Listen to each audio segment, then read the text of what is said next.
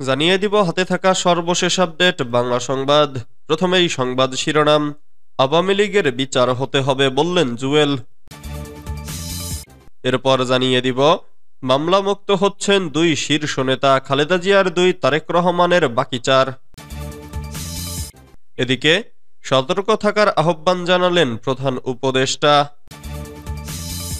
আরও জানিয়ে দিব আগে স্থানীয় নির্বাচনের পক্ষে গণ অধিকার পরিষদ। সর্বশেষ জানিয়ে দিব অনুসন্ধান সাবেক দুই গভর্নর ও ৫৩ কর্মকর্তার বিরুদ্ধে। এতক্ষণ শুনছিলেন সংবাদ শিরোনাম, এবারে বিস্তারিত। তবে অনুরোধ থাকবে ভিডিওটিতে একটি লাইক করবেন এবং কমেন্ট করে জানিয়ে দিবেন কোন জেলা থেকে আপনি আমাদের এই ভিডিওটি দেখছেন। আওয়ামী লীগের বিচার হতে হবে বললেন জুয়েল।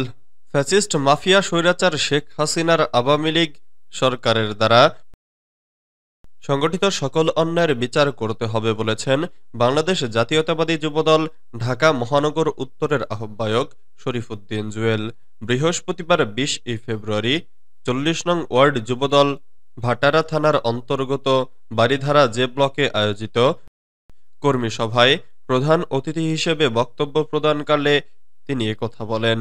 জুয়েল বলেন, ফ্যাসিস্ট মাফিয়া স্বৈরাচার শেখ হাসিনার আওয়ামী লীগ সরকারের দ্বারা সংগঠিত সকল অন্যায়ের বিচার করতে হবে, সকল বিচার বহির্ভূত হত্যার বিচার করতে হবে, সকল শহীদদের রক্তের বদলা আওয়ামী সন্ত্রাসীদের বিচার কায়েম করার মাধ্যমে নিতে হবে। আওয়ামী লীগের বিচার না হলে শহীদদের রক্তের সাথে বেইমানি করা হবে। তিনি বলেন, গণতান্ত্রিক দেশে যে যেই রূপ খুশি ধারণ করতে, কিন্তু তারা যদি বহুরূপী হয়, আওয়ামী লীগকে পুনর্বাসন করার চেষ্টা করে, তাহলে বাংলাদেশের জনগণ কখনো হতে দিবে না। যুবদল হতে দিবে না। প্রয়োজনে আবার রাজপথে যুবদলের কর্মীদের রক্তে রঞ্জিত হবে।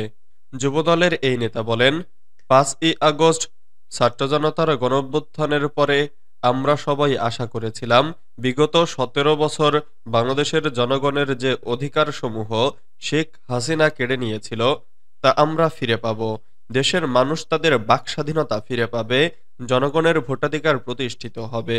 কিন্তু অত্যন্ত পরিতাপের বিষয়, অন্তর্বর্তীকালীন সরকার তাদের ক্ষমতার মেয়াদ ৬ মাস অতিক্রম করার পরেও এই বিষয়ে কোনো সুস্পষ্ট ধারণা দিচ্ছে না।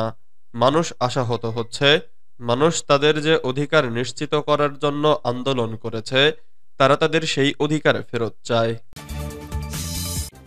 মামলামুক্ত হচ্ছেন দুই শীর্ষ নেতা, খালেদা জিয়ার দুই, তারেক রহমানের বাকি চার।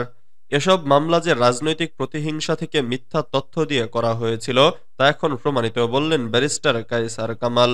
সাবেক প্রধানমন্ত্রী বিএনপি চেয়ারপারসন বেগম খালেদা জিয়ার নামে ২০টি এবং বিএনপির ভারপ্রাপ্ত চেয়ারম্যান তারেক রহমানের নামে এখনও ৪টি মামলা বহাল রয়েছে। বিগত সেনা সমর্থিত 111 সরকার এবং পতিত স্বৈরাচার আওয়ামী লীগ সরকারের সময়ে খালেদা জিয়ার বিরুদ্ধে সারা দেশে এখন পর্যন্ত ৩৭টি এবং তার ছেলে বিএনপির ভারপ্রাপ্ত চেয়ারম্যান তারেক রহমানের বিরুদ্ধে সারা দেশে ৮৩টি মামলা করার তথ্য মিলেছে। এসব মামলার মধ্যে খালেদা জিয়ার ৩৫টি এবং তারেক রহমানের ৭৯টি মামলা অন্তর্বর্তী সরকারের বিগত কয়েক মাসে নিষ্পত্তি হয়ে গেছে। মামলাগুলোর মধ্যে অনেকগুলো খারিজ এবং কিছু মামলায় খালাস দেওয়া হয়। মামলা চলার মতো উপাদান না থাকায় কয়েকটি মামলা থেকে অব্যাহতি দেওয়া হয়েছে। পেন্ডিং মামলাগুলোর সঙ্গে বিবাদী পক্ষের সংশ্লিষ্ট আইনজীবীরা যুগান্তরকে জানিয়েছেন, অবশিষ্ট ৬টি মামলা থেকে অব্যাহতি পেলে একেবারে মামলামুক্ত হয়ে যাবেন আপোষহীন নেতৃখ্যাত বিএনপি চেয়ারপারসন খালেদা জিয়া এবং বিএনপির চালিকা শক্তি হিসেবে সুপ্রতিষ্ঠিত ভারপ্রাপ্ত চেয়ারম্যান তারেক রহমান। তারা আশাবাদী সব পক্ষ সক্রিয় থাকলে কম সময়ের ব্যবধানে বাকি মামলাগুলো থেকে নির্দোষ প্রমাণিত হয়ে একেবারে মুক্ত হবেন তারা। সতর্ক থাকার আহ্বান জানালেন প্রধান উপদেষ্টা। এদেশে আর কোনোদিন যাতে কোনো স্বৈরাচারী সরকারে ফিরে আসতে না পারে সে বিষয়ে সবাইকে সতর্ক থাকার আহ্বান জানিয়েছেন প্রধান উপদেষ্টা অধ্যাপক ডক্টর মোহাম্মদ ইউনূস।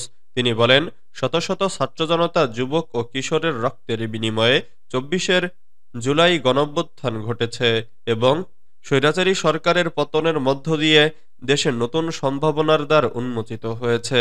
দেশের জন্য আত্মত্যাগ কখনো বৃথা যায় না। ডক্টর ইউনূস বলেন, জুলাই বিপ্লবের তাৎপর্য ও মূল্য অত্যন্ত চড়া। স্বৈরাচারী সরকারের দমনমূলক নীতির কারণে বহু তরুণ প্রাণ হারিয়েছে। আন্দোলনের উত্তাল সময়ে ঢাকার দেয়ালে আঁকা গ্রাফিতি, রক্তাক্ত রাজপথের ছবি এবং আন্দোলনকারীদের মুখে মুখে বেড়ানো স্লোগান এখনো আমাদের মনে দাগ কাটে। তিনি আরো বলেন, ছাত্র জনতার আত্মত্যাগ শুধু রাজনীতিতে নয়, আমাদের সংস্কৃতি ও সমাজে নতুন দ্বার উন্মোচন করেছে। সপ্তম জাতীয় কমডেকা সাংগঠনিক কমিটির সভাপতি ও প্রধান উপদেষ্টার মুখ্য সচিব এম সিরাজ উদ্দিন মিয়ার সভাপতিত্বে অনুষ্ঠানে স্বাগত বক্তব্য দেন বাংলাদেশ স্কাউট সপ্তম জাতীয় কমডেকার কমডেকা চিফ মীর মাহবুবুর রহমান স্নিগ্ধ। অনুষ্ঠানে অন্যদের মধ্যে বাংলাদেশ স্কাউট অ্যাডহক কমিটির সদস্য ডক্টর মোহাম্মদ আমিনুল ইসলাম, খমা রাকিবুল ইসলাম ও ফরিদা ইয়াসমিন বক্তব্য রাখেন। আগে স্থানীয় নির্বাচনের পক্ষে গণ অধিকার পরিষদ। গণ অধিকার পরিষদের সভাপতি নুরুল হক নূর বলেছেন, নাজুক আইনশৃঙ্খলা পরিস্থিতিতে এই মুহূর্তে জাতীয় নির্বাচন করা সম্ভব নয়। ডিসেম্বর পর্যন্ত সময়ে পরিস্থিতির কতটা উন্নতি হয় সেটা দেখার বিষয়। এই বিবেচনায় প্রশাসনের নিরপেক্ষতা ও ক্ষমতা দেখা এবং তৃণমূল পর্যায়ে নির্বাচন নিয়ে ভাইব তৈরির জন্য পুরোপুরি না হলেও স্থানীয় সরকারের কিছু নির্বাচন করে দেখা যেতে পারে। আগে জাতীয় সংসদ নির্বাচন নাকি স্থানীয় সরকারের নির্বাচন, এই প্রশ্নে বেশ কিছুদিন ধরে রাজনৈতিক অঙ্গনে বিতর্ক চলছে। বিএনপি, বাম গণতান্ত্রিক জোট সহ কিছু রাজনৈতিক দল আগে জাতীয় নির্বাচনের পক্ষে, অন্যদিকে জামাতে ইসলামী, বৈষম্য বিরোধী ছাত্র আন্দোলন ও জাতীয় নাগরিক কমিটি আগে স্থানীয় নির্বাচনের পক্ষে।